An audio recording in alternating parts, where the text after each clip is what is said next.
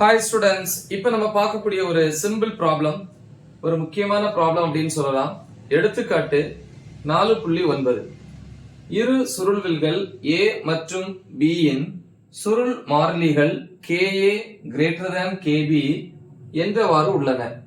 அவை சம விசைகளால் நீட்சியடைய செய்யப்பட்டால் எந்த சுருள்வில்லின் மீது அதிக வேலை செய்யப்பட வேண்டும்? சரியா? ரொம்ப சிம்பிள் தான்.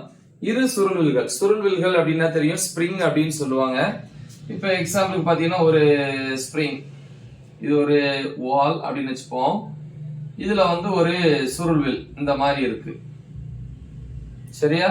சோ இந்த சுருள்வில்ல நம்ம A அப்படின்னு சொல்லுவோம்.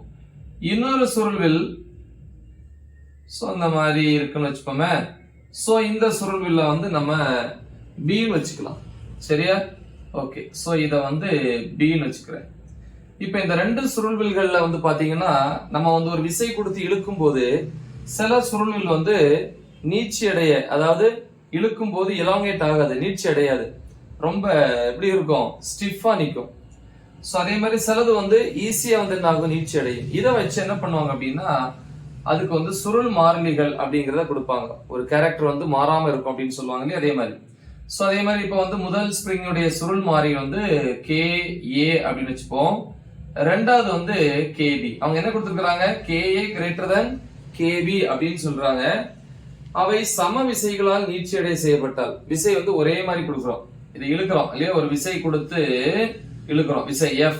ஆனா ரெண்டுக்குமே ஒரே மாதிரியான விசை கொடுத்து இழுக்கிறோமா. அப்படி இழுக்கும் போது எந்த சுருள்வில்லின் மீது அதிக வேலை செய்யப்பட வேண்டும்? கரெக்டா? எதுக்கு ஆற்றல் அதிகமா இருக்குதோ அங்கதான் வேலை அதிகமா நடக்கும். அப்ப முதல்ல நம்ம ஆற்றல் கண்டுபிடிச்சாலே எதுல அதிக வேலை நடக்குது அப்படிங்கறத கண்டுபிடிக்கலாம். ஆனா கண்டிஷன் கொடுத்திருக்காங்க KA greater than KB இருக்கும்போது. சரியா? அதாவது A என்கிற சுருள்வில்லினுடைய சுருள் மாறிலி B என்கிற சுருள்வில்லினுடைய சுருள் மாறிலியை விட எப்படி அதிகமா இருந்துச்சு அப்படின்னா இதான் கண்டிஷன். சரி, முதல்ல நம்ம தகவல் ஈஸியா எழுதிடலாம். தகவல் கொடுத்திருக்கக்கூடிய தகவல் இதை வச்சுதான் நம்ம கண்டுபிடிக்கணும். தகவல் என்ன கொடுத்திருக்காங்க, ஃபர்ஸ்ட் பாருங்க, KA greater than KB கொடுத்திருக்காங்க. அதே மாதிரி அவை சம விசைகளால் நீட்சியடைய செய்யப்பட்டால், அப்ப ரெண்டுக்குமே கொடுக்கக்கூடிய விசை சம விசை இல்லையா, அப்படின்னா F equal to அல்லது FA equal to FB. அதாவது ஏங்கிற சொல்ல கொடுக்கிற விசையும் B என்கிற சொல்ல கொடுக்கிற விசையும் சமம். இப்ப சமமான சிம்பிள் எப்படி எடுத்துக்கலாம், ஈக்குவல் டு F ன்னு எடுத்துக்கலாம். ரெண்டுமே ஒரே மாதிரி. சரி, எதுல வேலை அதிகமா செய்யப்பட வேணும் அப்படின்னு சொல்லி கேக்குறாங்க. அப்ப வேலை ஒர்க் W, ஒர்க்னாலும் எனர்ஜி ஆற்றல் யூன்னு சொல்லுவோம் இல்லையா, அப்படின்னாலும் செய்யும். ஏன்னா நம்ம இழுக்கும் போது செய்யக்கூடிய வேலை அந்த சுருள்வில்ல எதா சேமிக்கப்படுதுன்னு படிச்சிருக்கோம், நிலையாற்றலாக சேமிக்கப்படுது. நிலையாற்றலுக்கு letter U. So question mark. இனி தீர்வு. சரி, சோ முதல்ல நமக்கு தெரியும் ரெண்டுமே கொடுக்கக்கூடிய விசை சேம்.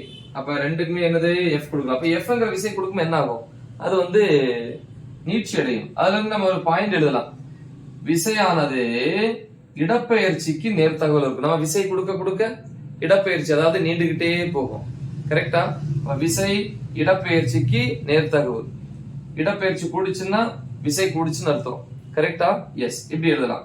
இத ஈக்குவல்ட்டா மாத்தும் போது ஒரு மாறிலி, அதுதான் சுருள் மாறிலி Kன்னு சொல்லுவோம், இன்டு X. இது என்ன விதின்னு ஏற்கனவே நான் சொல்லியிருக்கேன் ஒரு டாபிக்ல, ஹூக் விதி அப்படின்னு சொல்லுவோம் இல்லையா. இப்ப ஹூக் விதியின் படி நம்ம எப்படி எழுதலாம், F is equal to KX. கரெக்டா? இனி ஒவ்வொரு ஸ்ப்ரிங்க்கு தகுந்த மாதிரி மாத்திப்போம். சோ அப்ப இங்க எழுதலாம், ஃபர்ஸ்ட் F equal to, ஏன்னா ரெண்டுமே விசை சேம் சொல்லிட்டோம். F equal to, அப்ப முதல் ஸ்ப்ரிங் என்னது, KA. A ரெண்டுமே போட்டுக்கணும் இல்லையா, ஈக்குவல் டு பொதுவா KX ன்னு சொல்லுவோம். இங்க ஸ்ப்ரிங் பேரை போட்டுக்கணும்.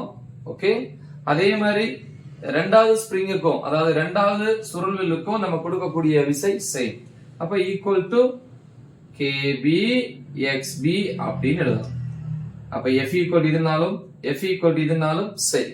ஓகே, இதுல இருந்து எப்படி எழுதலாம், இப்ப இதுல இருந்து K வேணா கீழே கொண்டு வந்துக்கலாம். F equal to KX இருக்கு இல்லையா, அப்ப F equal to KX இருக்குன்னு வச்சுப்பா.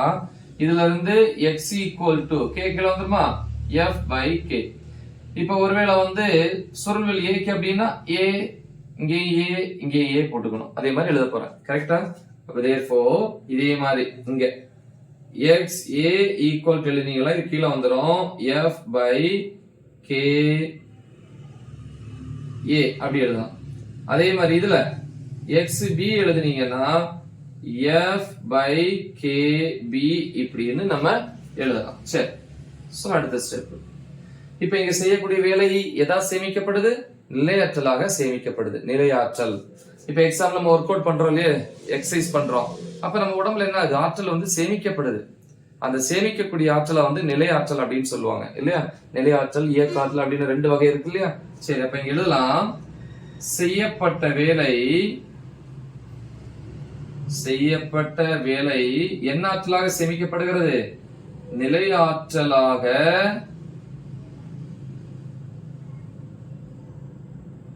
சேமிக்கப்படுகிறது. சரி, அப்ப நிலையாற்றலுக்கு என்ன ஃபார்முலா? சுருள்வில்லின் நிலையாற்றல் ஒரு டாபிக் நான் அப்லோட் பண்ணியிருக்கிறேன். அந்த ஃபார்முலா படிச்சிருக்கீங்க. என்ன formula? u is equal to 1/2 kx². இந்த டெரிவேஷன் பார்த்திருப்பீங்க. அப்ப முதல் ஸ்ப்ரிங் அப்படின்னா UA, ஃபர்ஸ்ட் ஸ்ப்ரிங் முதல் சுருள்வில் A போட்டுக்கிறோம். Equal to 1/2 into KA A போட்டுக்கணும். அதே மாதிரி XA². இது வேணா சமன்பாடு 1ன்னு வச்சுப்போம். அதே மாதிரி UB ஈக்குவல் டு இரண்டாவது சுருளில் வந்து ஆற்றல் UB equal to 1/2 KB XB². இது சமன்பாடு 2. இப்ப ரெண்டை நம்ம டிவைட் பண்ணுவோமா? எஸ், எப்படினாலும் டிவைட் பண்ணலாம். 1/2 இருக்கலாம், இல்ல 2/1 நம்ம விருப்பம். அப்போ 1/2. அதுக்கப்புறம் எக்ஸ்ட்ரா ஸ்டெப் இன்க்ரீஸ் பண்ணிக்கலாம், ஒண்ணு இல்ல. அப்ப இடது பக்கம் டிவைட் பண்ண போறோம். UA/UB equal to 1/2 KA XA². XA already கண்டுபிடிச்சு வச்சிருக்கேன். XA என்னது? F/KA. F/KA. அப்புறம் இந்த ஸ்கொயர் டிவைட் பை அடுத்து என்னது? இரண்டாவது சமன்பாடுடைய வலது பக்கம் 1/2 KB இன்டு XB². XB தான் இருக்கு. என்னது? F/KB. ஸ்கொயர் இருக்கு இல்லையா? இங்க ஸ்கொயர் போட்டுக்கலாம். சரியா? அடுத்த ஸ்டெப்ல பாத்தீங்கன்னா ஈக்குவல் டு இந்த 1/2 கேன்சல் பண்ணிக்கலாம். மேல என்ன இருக்கு? KA இன்டு இது ஸ்கொயர் வந்துரும். அப்ப என்ன வரும்? F²/KA² டிவைட் பை கீழ என்ன இருக்கு? KB இன்டு இங்க F²/KB². சரியா? இப்ப இதை அழிச்சுக்கலாம். இது தேவையில்லை, இடம் வேணும் இல்லையா? லைன் போட்டுப்போம். எஸ், UA/UB ஈக்குவல் டு இடது பக்கம் இதுல இந்த F² என்ன ஆயிரும்? கேன்சல் ஆயிரும் மேல இருக்கிறது. அப்ப மீதி என்ன இருக்கு? ஈக்குவல் டு KA/KB இன்டு இங்க என்ன இருக்கு? F² கேன்சல் ஆச்சுன்னா இதுல 1/KA² இருக்கும் பை இதுல F² போறதுனால 1/KB² இருக்கும். இதுல இந்த KA இதுல ஒரு KA கேன்சல், இந்த KB இதுல ஒரு KB கேன்சல். அப்ப ஈக்குவல் டு என்ன இருக்குங்க? மீதி 1/KA/1/KB இப்படின்னு எழுதலாம். இன்னும் எப்படி மேல கொண்டு போங்களேன். ஈக்குவல் டு 1/KA இது மேல போகும்போது தலைகளா மாறும் இல்லையா? இன்டு KB/1 மாறிடும். which is equal to KB/KA. எப்படி எழுதலாம்? அப்ப UA/UB equal to KB/KA.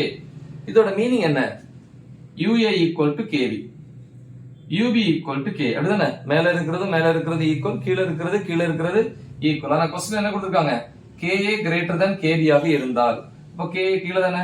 கீழ இருக்கிற இது இதை விட இது பெருசா இருந்தா இதுவும் அதே மாதிரி தானே இருக்கும். அப்ப எழுதலாம் KA அங்க கொடுத்தது KA greater than KB எனில், அதாவது KA AB விட பெருசா இருந்தா UB யும் UA விட எப்படி இருக்கும்? பெருசா இருக்கும். அப்ப UB greater than யூஏ. புரியுதா? கரெக்டா இருந்துச்சு பாத்தீங்களா? ஏன்னா கீழே இருக்க 2 ஈக்குவல், மேல இருக்க 2 ஈக்குவல், அப்படிதான் வரும். அப்ப KA KB விட பெருசா இருந்தா UB UA விட பெருசு. இது என்ன தெரியுதுன்னா, Bங்கிற சுருள்வில்ல வந்து ஆற்றல் Aங்கிற சுருள்வில்ல இருக்கிற ஆற்றலை விட அதிகம். அப்படின்னு எங்க வேலை அதிகமா நடந்திருக்கு, எங்க நடக்கணும்? Bங்கிற சுருள்வில்ல என்னது வேலை அதிகமாக நடக்க வேண்டும் இல்லையா? அப்ப B இல் வேலை அதிகம் தேவை. அவ்வளவுதான். முக்கியமான ஒரு கணக்கு. நல்ல தெளிவா பிராக்டிஸ் பண்ணுங்க. மறக்காம இதை உங்க ஃப்ரெண்ட்ஸுக்கு ஷேர் பண்ணுங்க. All the best. தேங்க்யூ.